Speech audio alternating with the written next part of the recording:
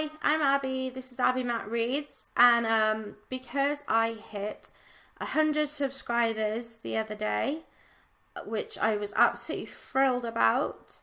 I think I have 111 as I speak right now, which is thrilling to me.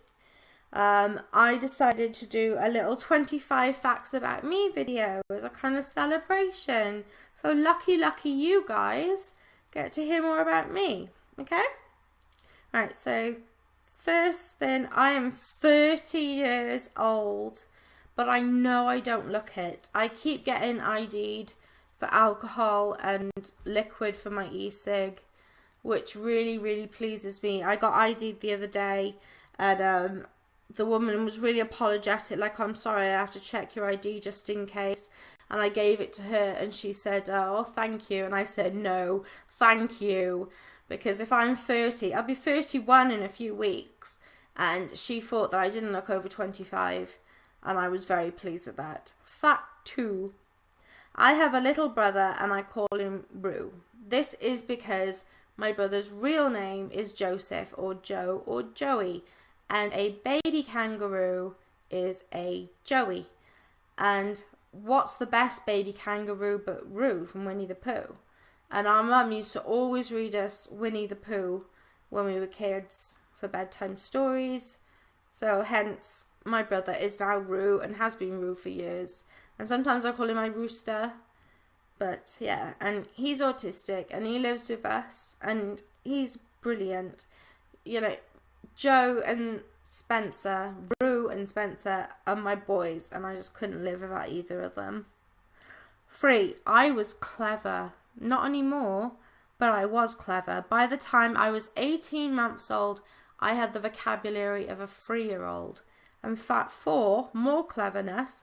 The teacher in my reception class, which I think in America is kindergarten, got me to read to the rest of the class. I don't know if that's because she couldn't be bothered or because I was just so brilliant she wanted to encourage me. But you make your own mind up about that. 5. I decided I wanted to be an author at the age of 5. This was, my favourite children's author was Roald Dahl.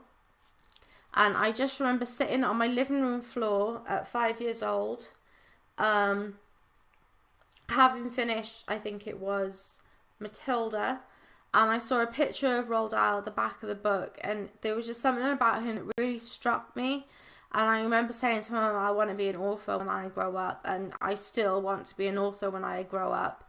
And hopefully I am taking steps to make that happen. Also at 5, I wrote a story that amazed my teacher. I wrote a story when I was 5 about a mouse desperately trying to get some cheese, but there was a cat that was trying to chase him and kill him. So he had to be really sneaky and go around the kitchen and like have this whole stealth operation to get this cheese.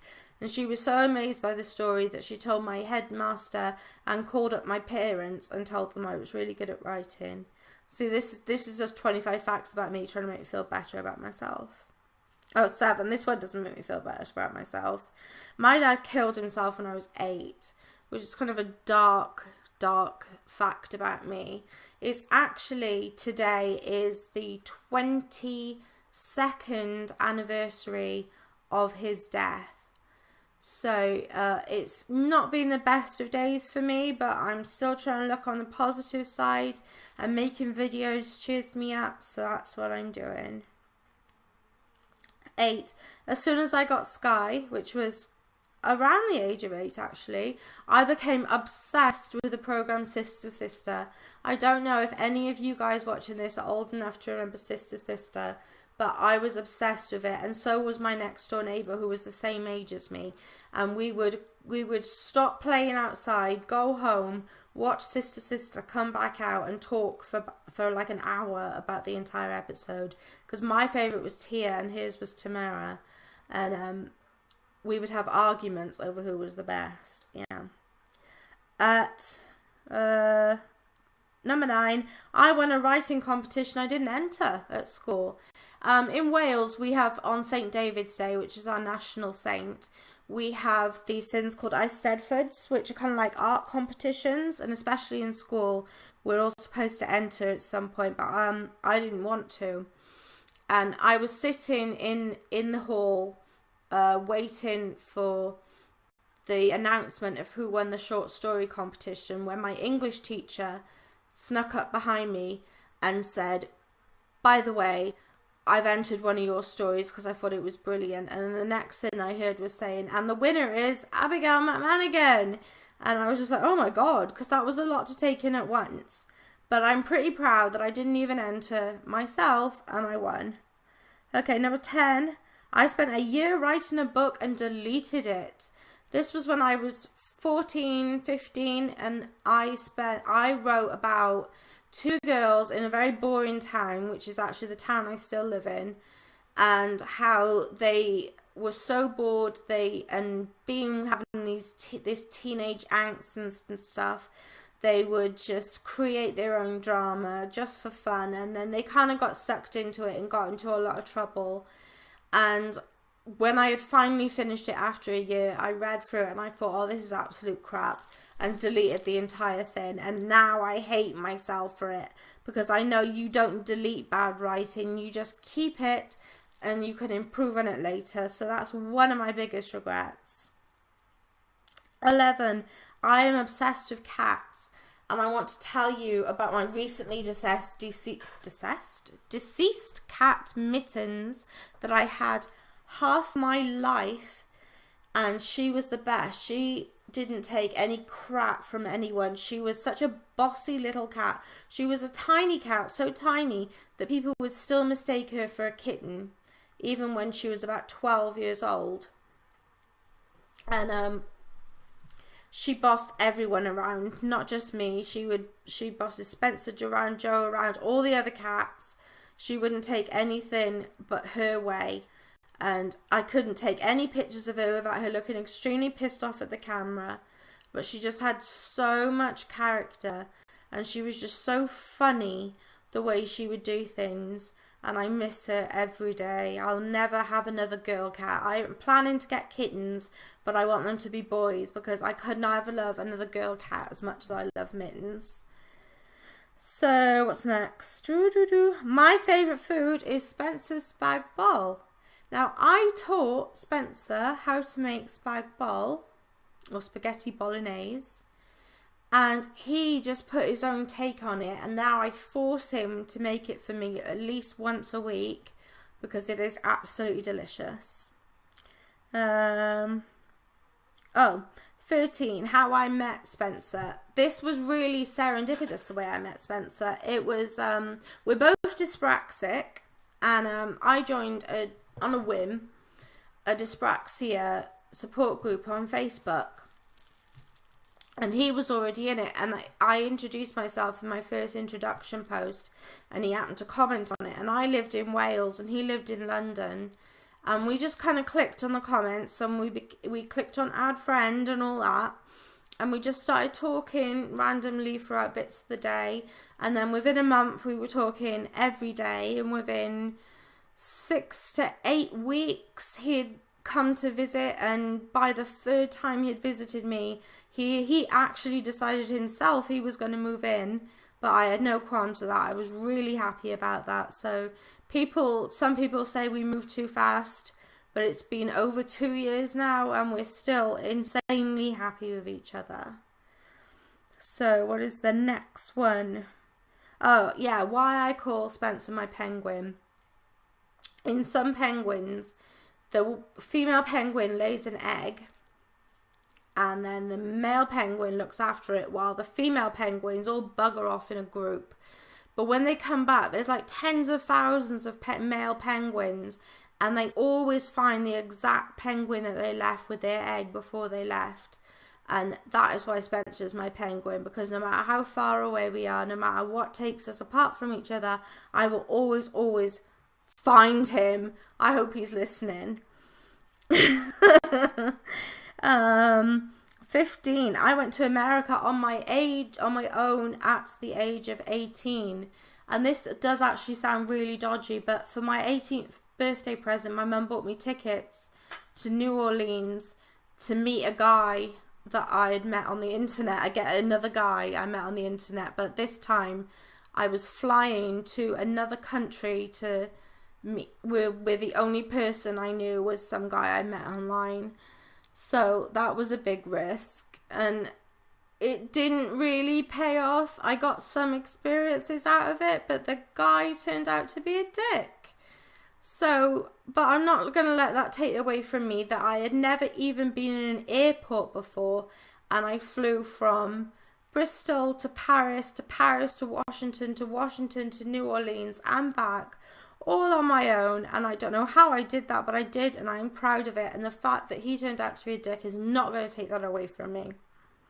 Okay, 16. My favourite film is Bringing Up Baby, which was made in the 30s with Katharine Hepburn and Cary Grant. My mum loved old black and white films and brought me into them, and this is one of the ones she forced me to watch, and I just thought it was so funny.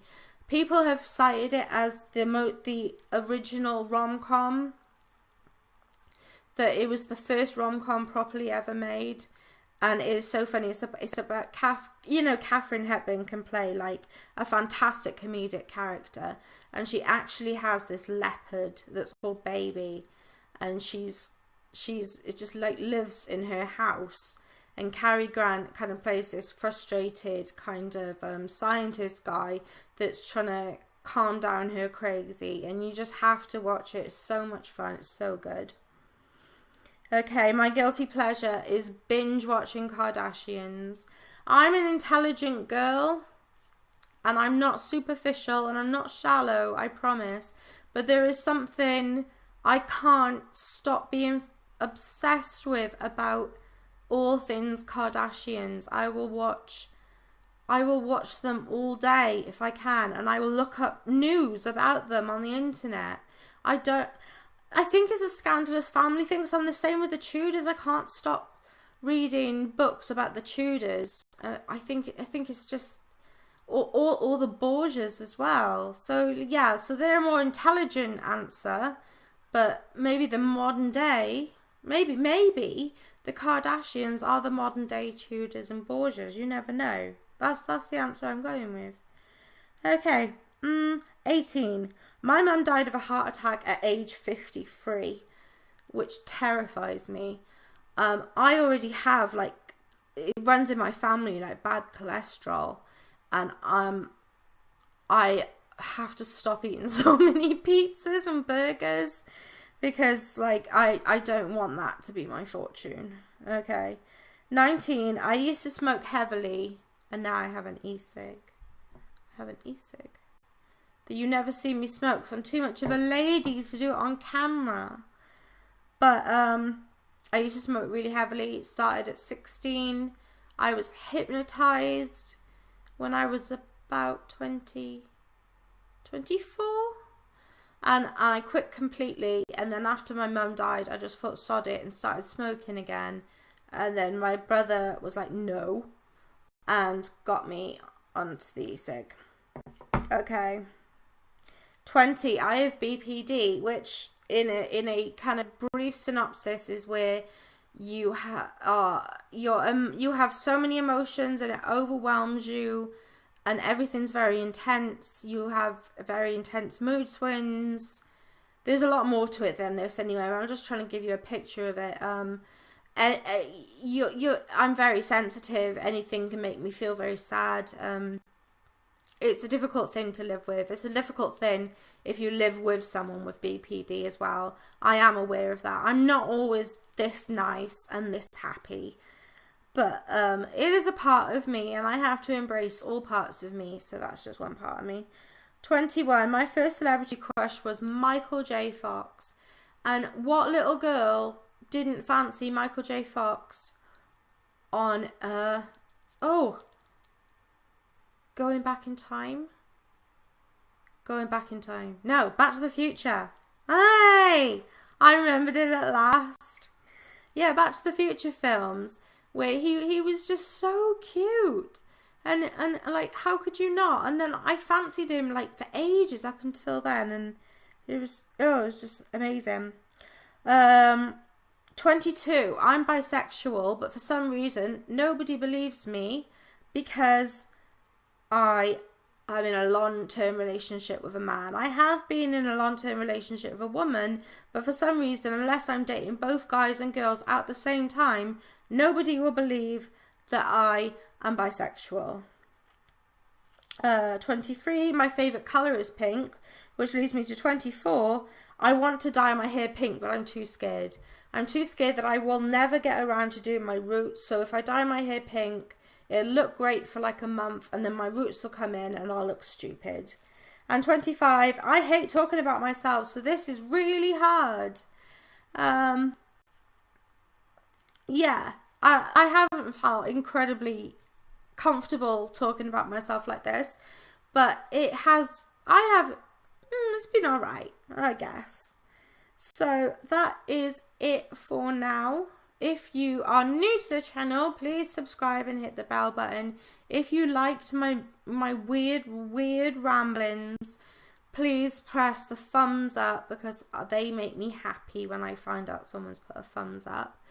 If you have any questions about anything I've said, or if you have any opinions about what I've said, or if you want to, I don't know, just talk about yourself, that's fine. Put a comment down below. You can find me on Twitter at AbbyMackReads, and I got a Facebook page, which is facebook.com/AbbyMackReads. Hope you enjoyed that. Goodbye.